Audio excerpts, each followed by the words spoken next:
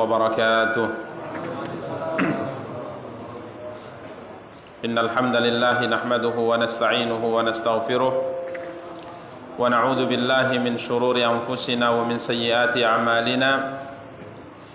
من يهده الله فلا مضل له ومن يضلل فلا هادي له.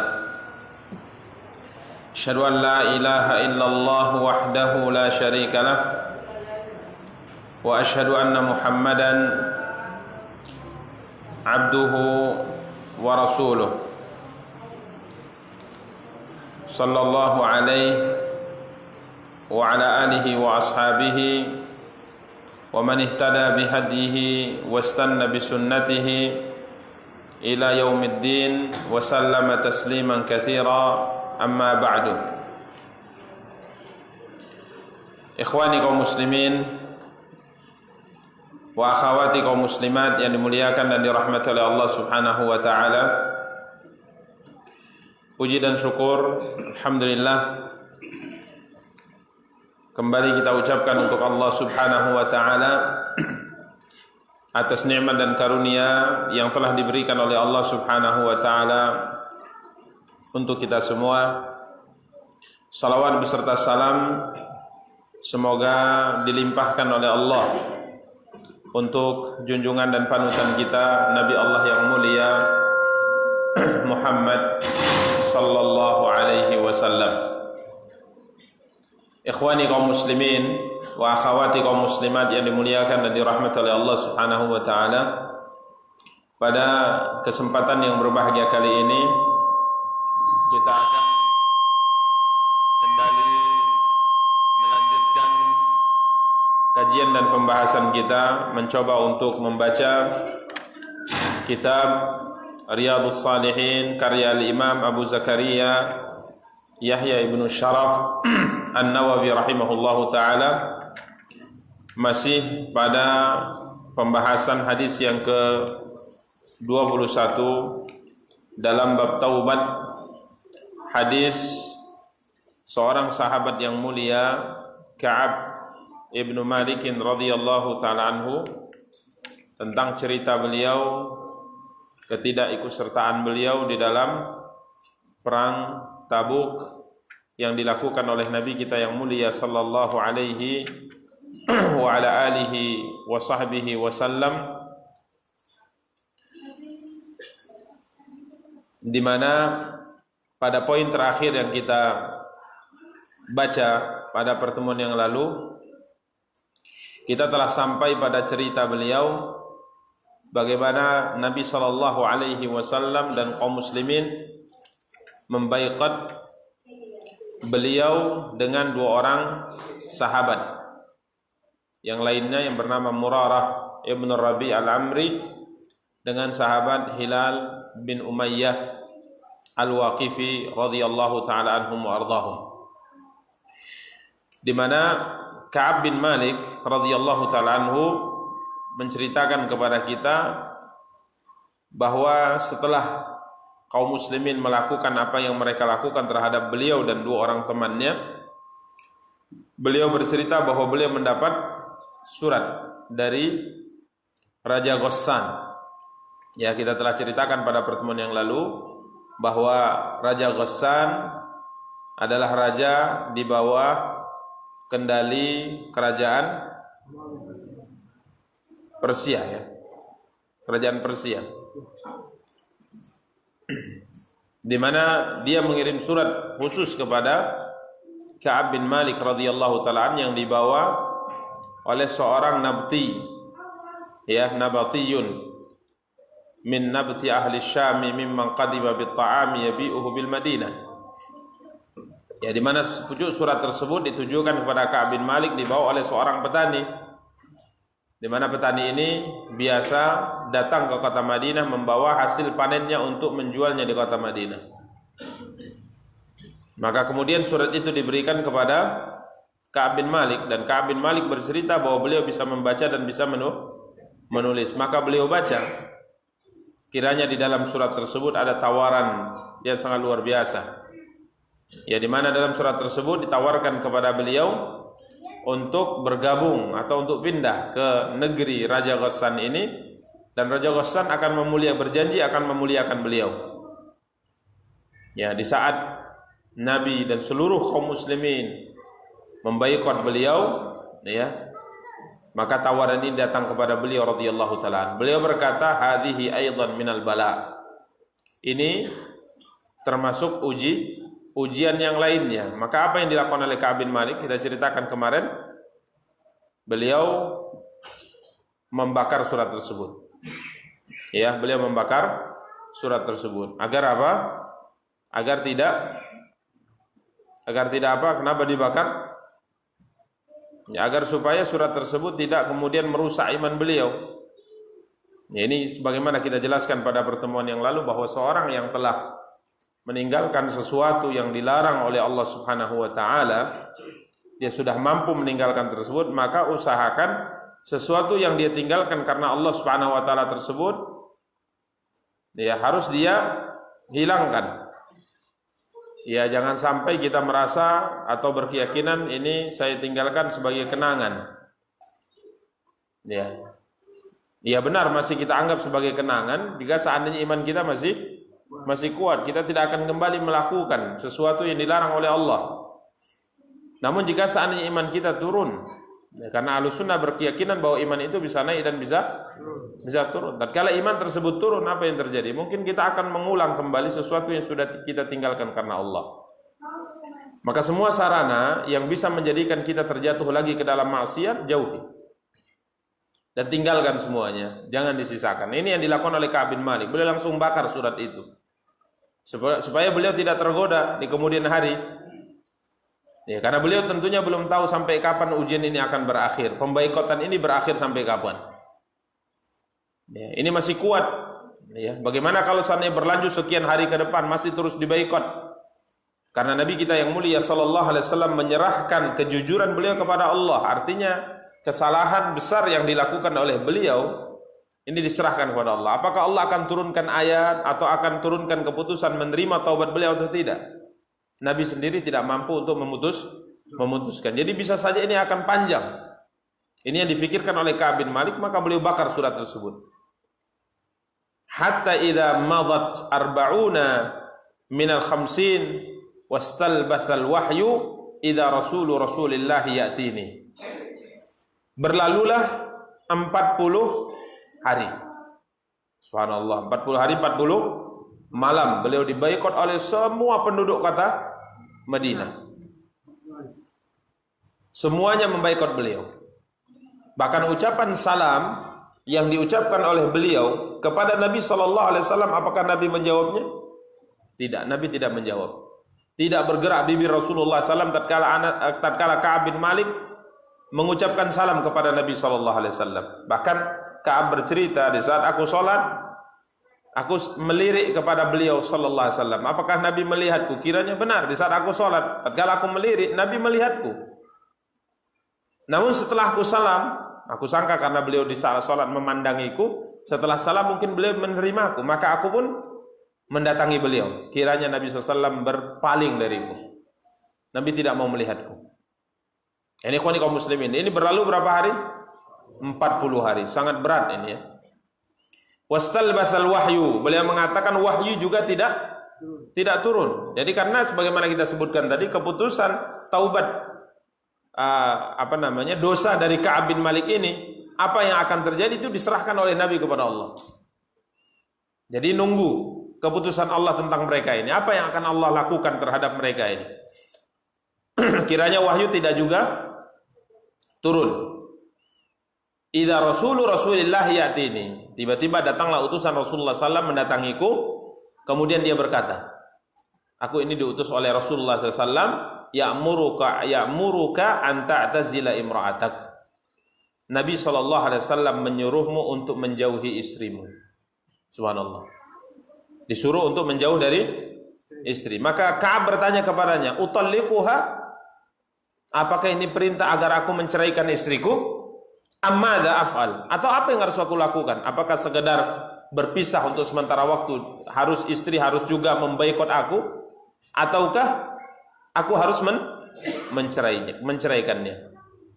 Maka utusan tadi mengatakan, la, ya, bukan dicerai, jangan kamu cerai, bal i'tazilha fala taqrabannaha. Jauhi istrimu, jangan kau dekati. Ini perintah dari siapa? Rasulullah sallallahu alaihi wasallam setelah berlalu 40 hari. 40 hari 40 malam. Wa arsala ila sahibayya bimithli dzalik. Dan Nabi sallallahu juga mengutus utusan kepada dua orang temanku yang juga diboikot.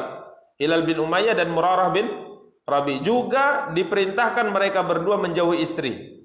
Bukan dicerai akan tapi pisah sementara dari istri sampai datang keputusan dari Allah tentang keputusan diterima atau tidaknya pengakuan dan taubat mereka kepada Allah dari dosa besar yang telah mereka lakukan. Maka aku pun berkata kepada istriku, ilhaqi bi ahliki fakuni indahum hatta yaqdiyallahu fi hadzal amri. Istriku, pulanglah dulu ke rumah ayahmu, ke rumah keluargamu, tetap engkau di sana sampai ada keputusan dari Allah tentang masalah yang aku alami ini. Jadi hidup apa? Sendiri. Coba bayangkan, sampai istrinya juga harus pisah. Jadi sendiri. Jadi makanya kita sebutkan tadi, benar yang dilakukan oleh Ka'ab bin Malik. Surat itu langsung dia bakar. Coba kalau seandainya surat itu masih ada, mungkin syaitan akan berbisik di hatinya. Coba lihat apa yang dilakukan oleh teman-temanmu ini, kata syaitan. Udah berangkat aja lah ke sana. Sampai engkau mendekati istri pun tak boleh. Istrimu disuruh diperintahkan untuk menjauh darimu. Ya. Kemudian kiranya Ka'ab bin Malik mengatakan istri Hilal bin Umayyah datang kepada Rasulullah SAW karena utusan juga datang kepada Hilal bin Umayyah. Maka istri Hilal bin Umayyah datang khusus kepada Rasulullah SAW. Kemudian dia mengatakan, ya Rasulullah, sesungguhnya Hilal bin Umayyah adalah orang yang sudah tua, di rumah juga tidak ada pembantu. Artinya dia itu tidak bisa hidup mandiri. Dia butuh orang yang mengurusi dia karena dia sudah tua, tak bisa apa-apa.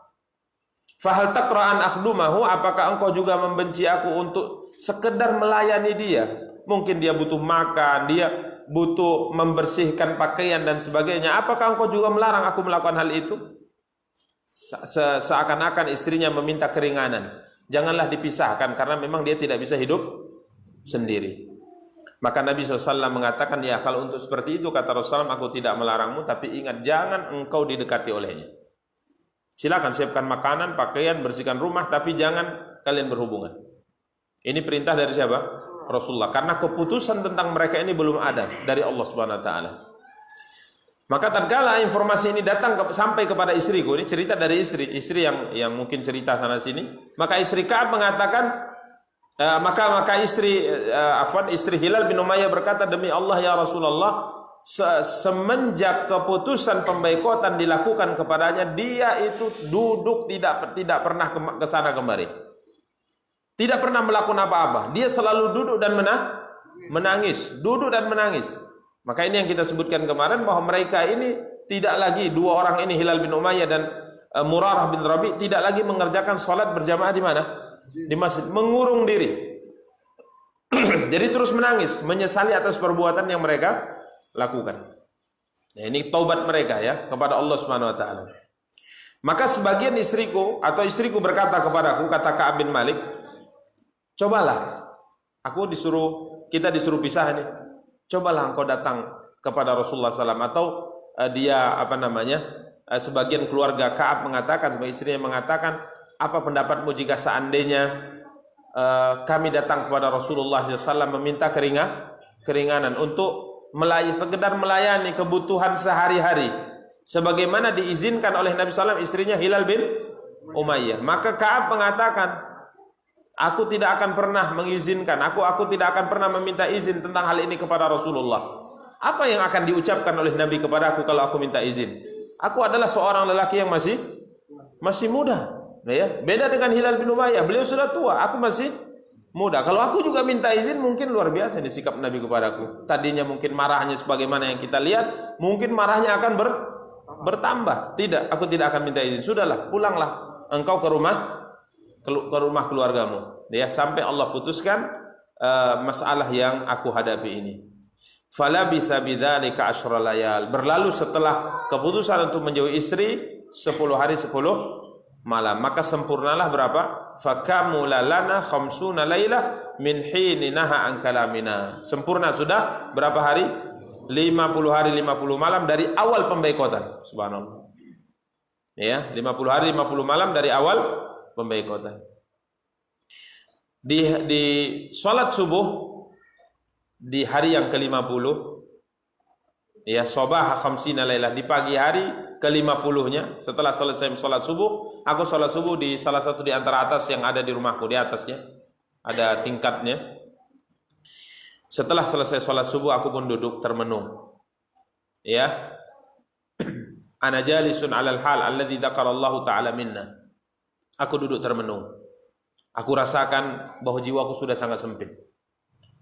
Artinya sudah seakan-akan ini berat sekali ini ujian ini. Ya.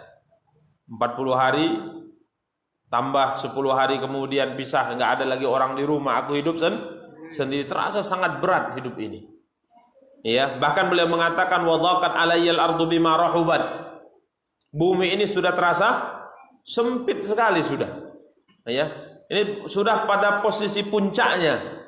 Ya. Luar biasa yang beliau rasakan radhiyallahu taala. Tiba-tiba tatkala aku sedang duduk termenung, memikirkan keadaanku yang sangat-sangat luar biasa ini, aku mendengar suara sarikhin au fa'ala sal'in yaqulu bi'ala sautihi ya Ka'b bin Malikin abshir. Ya, dalam keadaan aku duduk termenung, tiba-tiba aku mendengar suara keras yang muncul dari Gunung Sala. Ini salah satu di antara gunung yang ada di mana? Di Madinah. Yaqulu bi'ala sautihi, ya, dia berkata dengan suaranya yang sangat keras, wahai Ka'ab bin Malik, bergembiralah engkau. Ini ucapannya. Maka aku langsung sujud, ya, karena aku yakin bahwa telah datang apa? Kelapangan dalam bab ini, ya. Dan Nabi SAW kata Ka'ab bin Malik menyampaikan kepada para sahabat bahwa Allah telah menerima taubat kami setelah sholat subuh. Setelah selesai sholat subuh, kiranya malam itu turun ayat.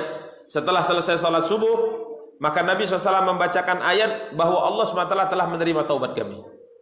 Dibaca oleh Nabi SAW di hadapan para sahabat setelah selesai sholat subuh. Maka setelah ayat itu dibacakan kepada manusia, pada para sahabat yang sholat subuh bersama dengan Nabi SAW, maka orang-orang pun bergegas saling berlomba untuk menyampaikan kabar gembira kepada kami bertiga. Setelah selesai dibaca ayatnya sempurna, langsung lari beberapa orang keluar dari masjid untuk menyampaikan kabar gembira kepada kami. Ini sebagaimana yang pernah kita singgung bahwa salah satu di antara sunnah yang sangat dianjurkan dalam Islam adalah memasukkan kebahagiaan ke dalam hati seorang muslim.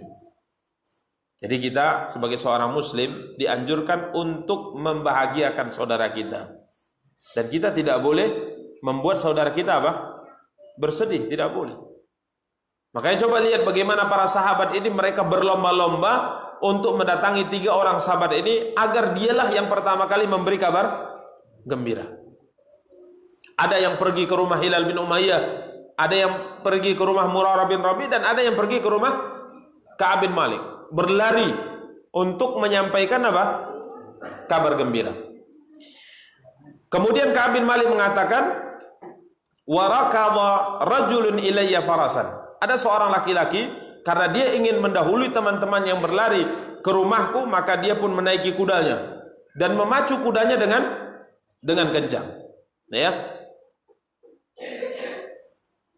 Wasa'asa'in min aslama qibali wa awfa 'alal jabali wa kana sautu asra'u minal farasi. Subhanallah.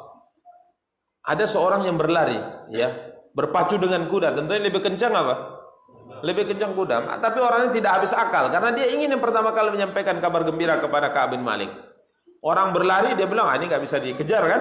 Apa yang dilakukan? Maka dia naik ke atas Gunung Salah. Naik ke atas, kemudian dia berteriak. Suara dengan kuda lebih cepat apa? Suara. Ini pintar nih ya, Masya Allah. Maka dia berteriak dengan suara sekeras-keras suara yang dia miliki. Kemudian dia mengatakan, wahai Ka'ab bin Malik, bergembiralah engkau. Ya, kudanya masih belum nyampe kan. Maka Falamma ja'ani, tatkala datang kepadaku orang yang berteriak dari atas gunung tadi, maka aku buka bajuku.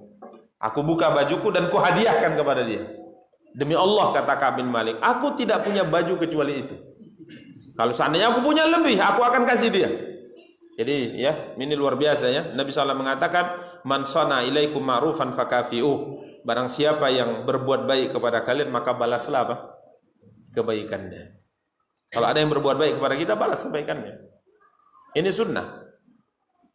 Ya, ini sunnah. Maka Nabi kita yang mulia sallallahu alaihi wasallam tatkala beliau diberi hadiah oleh siapapun, ada seorang yang memberikan suatu kebaikan kepada beliau, maka beliau balas. Maka Nabi SAW mengatakan, kalau seandainya engkau tidak memiliki sesuatu untuk membalas kebaikannya dengan memberikan sesuatu sebagai balasan, maka doakan.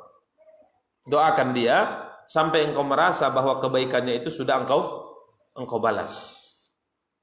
Maka apa kata Umar bin Khattab radhiyallahu taala, kalau seandainya kalian tahu apa makna daripada kalimat jazakallahu khairan, maka kalian pasti akan memperbanyak mengucapkan kalimat itu.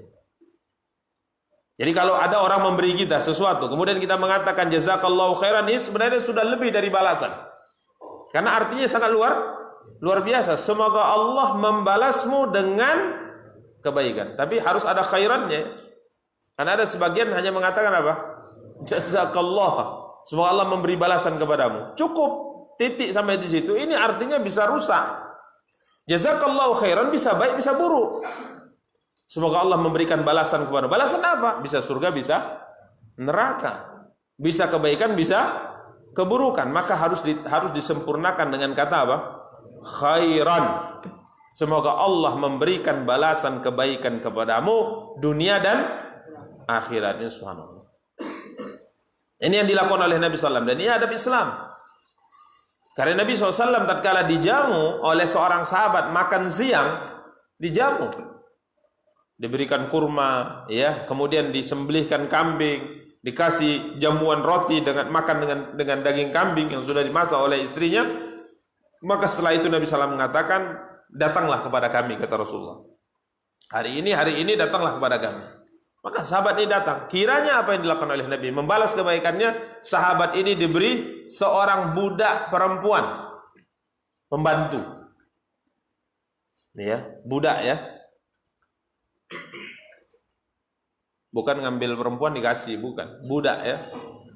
Karena sebagian orang salah di dalam memahami budak. Ya, nah budak itu adalah budak gitu. Tahu antum budak kan? Ya, ini tawanan perang. Dahulu tatkala terjadi perang kemudian ada tawanan, maka tawanan itu statusnya apa? Statusnya budak. Dan hukumnya telah dibahas oleh para ulama dalam pembahasan fikih. Jadi bukan orang merdeka kemudian dianggap apa? Budak, sehingga orang salah kaprah. Ya, salah pemahaman sehingga akhirnya sesat. Ya, di mana Allah Subhanahu wa taala membolehkan hubungan dengan wanita dengan akad dan membolehkan hubungan dengan budak, ya. Budak bukan orang merdeka. Nah, kalau sekarang tidak ada budak. Ya, sekarang tidak ada budak. Ini ikhwani kaum muslimin. Jadi diberi apa namanya? Pemberian untuk membalas kebaikan yang pernah dia lakukan. Kemudian Nabi SAW berpesan kepada sahabat ini, berbuat baiklah kamu dengannya. Berbuat baiklah. Dikasih budak perempuan, berbuat baik. Untuk menjadi pembantu di rumah kamu, berbuat baiklah. Statusnya budak, bawa dan berbuat baiklah kepada budak wanita ini. Maka dibawa, budak tadi dibawa pulang. Hadiah dari Nabi SAW. Kemudian sang istri bertanya. Dia mengatakan, ya wahai istriku, ini hadiah dari Nabi kepada kita. Maka sang istri bertanya, apa pesan Nabi kepada engkau wahai suamiku? Nabi berpesan agar berbuat baik kepada dia ini. Ya, kira-kira menurutmu apa perbuatan baik yang bisa kita lakukan pada budak perempuan ini? Maka mereka mengatakan, ya kalau menurut kita ini nggak ada yang paling baik kecuali bebaskan dia. Lakukan segera. Subhanallah. Dihadiahkan, dipesankan untuk berbuat baik, dan mereka mengatakan berbuat baik yang paling baik adalah dengan membebaskan. Akhirnya dibebaskan budak. Bebas, berarti jadi wanita merdeka. ya, menjadi wanita merdeka. Ini ikhwani kaum muslimin. Jadi intinya membalas kebaikan merupakan sunnah yang dianjurkan dalam Islam. Maka tatkala orang yang berteriak tadi sampai, ya dia berteriak dari atas gunung agar suaranya lebih cepat dari teman yang naik kuda sampai ke telinga Anas, dan orang ini akhirnya setelah berteriak dia pun turun dan dia datang untuk menyampaikan secara langsung, maka Ka'ab bin Malik langsung membuka apa? Bajunya. Diberikan. Ya, naza'tu lahu thawbai. Ya, aku buka untuknya pakaian yang aku pakai, kemudian aku pakaikan di tubuhnya karena dia telah memberikan kabar bahagia kepadaku. Demi Allah, aku tidak memiliki selain 2 pakaian itu. Akhirnya ini setelah sampai kabar, tentunya dia ingin bertemu dengan siapa? Rasulullah. Kami ingin bertemu dengan Rasulullah, maka terpaksa aku meminjam pakaian dari tetangga. Ini wajar ya, para sahabat dulu hidupnya tidak seperti kita. Ya, bahkan ada di antara sahabat itu tatkala duduk bermajlis di hadapan Rasulullah, dia harus duduk di belakang sahabatnya, agak berondok, bersembunyi di belakang sahabatnya karena takut auratnya terlihat. Berarti kan sangat miskin. Kalau kita sekarang baju kita di rumah ada berapa? Hah? Sampai ada seorang pemuda yang ingin menikah, apa kata Rasulullah SAW kepadanya? Boleh, tapi coba cari maharnya. Wanita tadi menawarkan dirinya kepada Nabi, akan tapi Nabi tidak berminat untuk menikahinya, tidak ada keinginan Nabi untuk menikahinya. Maka akhirnya ada seorang pemuda mengatakan, ya Rasulullah, sepertinya Anda tidak ada keinginan untuk menikahinya, nikahkan aku dengannya. Nabi mengatakan, ya boleh. Sekarang maharnya apa? Maka Nabi perintahkan dia untuk pulang mencari apa? Coba pulang ke rumahmu, cari apa yang ada nilainya, yang bisa digunakan sebagai mahar. Bajukah, sepatukah, sandalkah, emaskah, perakkah, coba cari. Pulang dia ke rumah, carinya nggak ada, balik lagi, nggak ada ya Rasulullah. Nabi kan cobalah balik lagi, cari walaupun cincin dari besi, coba cari walaupun cincin dari besi. Balik cincin dari besi pun tak ada, jangankan emas, cincin besi pun tak ada, coba bayangkan. Akhirnya diam. Sahabat ini mengatakan, gimana kalau bajuku ini jadi mahar? Kalau sana itu jadi mahar, kau pakai apa nanti? Sarung dan jubah satu. Berarti di rumah nggak ada apa-apa. Bajunya berarti cuman satu, coba bayangkan.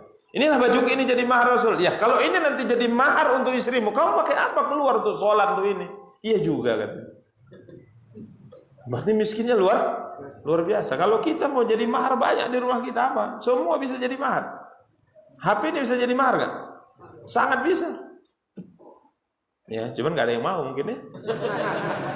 Ya, gak ada yang mau. Memang bisa, tapi gak ada yang mau. Oh, maharnya jam, bisa, sah. Karena mahar itu adalah sesuatu yang memiliki harga, walaupun harganya murah, bisa jadi mahar. Ya. Baik. Sampai akhirnya Nabi SAW bertanya kepadanya, kam ma'aka minal Qur'an? Nggak ada solusi, harta tidak ada, maka Nabi mengatakan, kamu hafal berapa surat dari Al-Quran? Sahabat ini memang tak punya harta, tapi kalau tanya tentang hafalan Quran, dia banyak hafal surat. Maka dia mengatakan, adapun Al-Quran, aku menghafal surat ini, surat ini, surat ini, surat ini. Maka Nabi mengatakan, aku nikahkan engkau dengan dia, dengan pengajaran Al-Quran yang kau miliki. Jadi bukan baca Quran, mengajarkan Quran. Jadi kita mengajarkan Quran, seakan-akan ada gajinya kan? Contoh misalnya kita hafal surah Al-Baqarah dan paham tafsirnya, ada orang ingin belajar dari kita, boleh nggak kita mengambil upah dari pengajaran itu, jasa itu? Boleh. Misalnya upahnya berapa? 1 juta sampai dia hafal, 1 juta sampai dia paham. Berarti istri kita seakan-akan kita beri mahar berapa? Berapa? 1 juta karena kita mengajarkan dia surat Al-Baqarah. Ini yang benar. Jadi kalau maharnya baca Quran itu nggak benar. Ada sebagian orang maharnya apa? Baca surat Al-Ikhlas. Enggak benar. Tapi enggak ada surat Ikhlas, yang ada Ar-Rahman, Al-Baqarah, tapi Al-Baqarah enggak ada. Enggak sanggup orang baca surat Al-Baqarah. Hah? Enggak ada. Jadi seperti ini. Jadi mengajarkan ya, bukan membaca. Ini salah kaprah orang, salah pemahaman. Karena kalau membaca gimana baca? Boleh enggak kita baca Quran kemudian dengan baca itu kita sekedar membaca kemudian kita ngambil upah darinya? Karena di situ bukan jasa pengajaran yang boleh kita mengambil upah.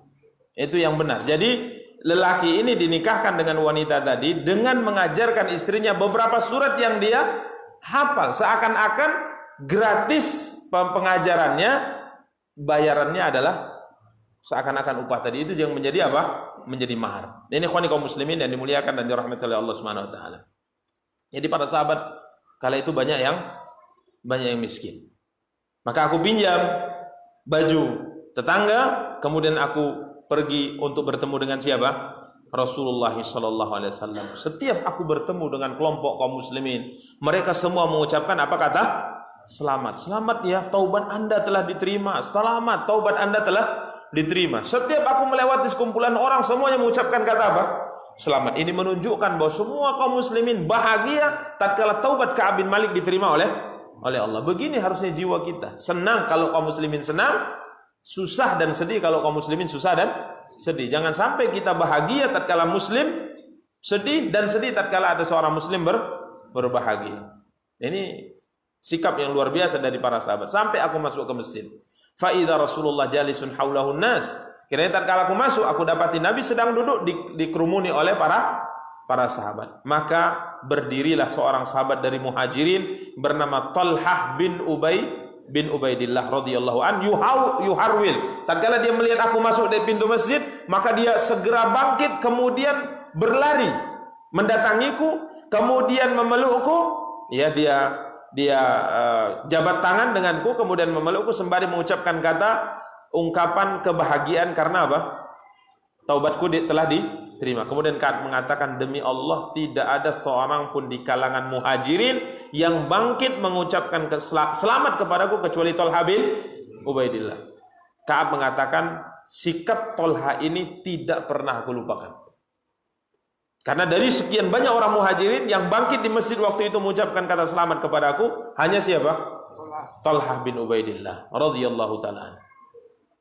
Kemudian tatkala aku mengucapkan salam kepada Nabi, aku terus mendekat kepada Rasulullah dan aku ucapkan salam, assalamu alayka ya Rasulullah. Maka aku lihat wajah beliau terpancar kebahagiaan ya.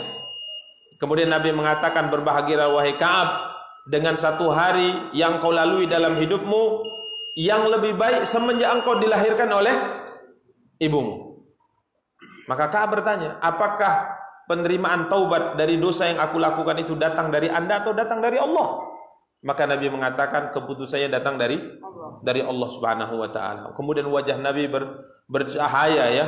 Bahkan Ka'ab mengatakan kalau beliau sedang bahagia, maka seakan-akan wajah Nabi adalah potongan bulan purnama. Ini wajah siapa? Nabi kita yang mulia sallallahu alaihi wasallam ya. Beliau telah diberikan oleh Allah wajah yang tampan. Kalau beliau berbahagia, ya beliau senang, tersenyum, maka wajah beliau itu mirip dengan bulan purnama. Gimana kita nggak tahu. Semoga Allah Subhanahu wa taala pertemukan kita dengan beliau dan kita bisa melihat wajah beliau alaihi assalatu wassalam. Amin ya rabbal alamin. Demikian ikhwani kaum muslimin yang dimuliakan dan dirahmati oleh Allah Subhanahu wa taala yang dapat kita sampaikan pada kesempatan yang berbahagia kali ini.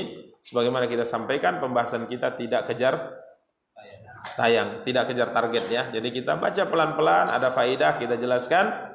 Semoga ini bisa lebih memberi manfaat kepada kita semua.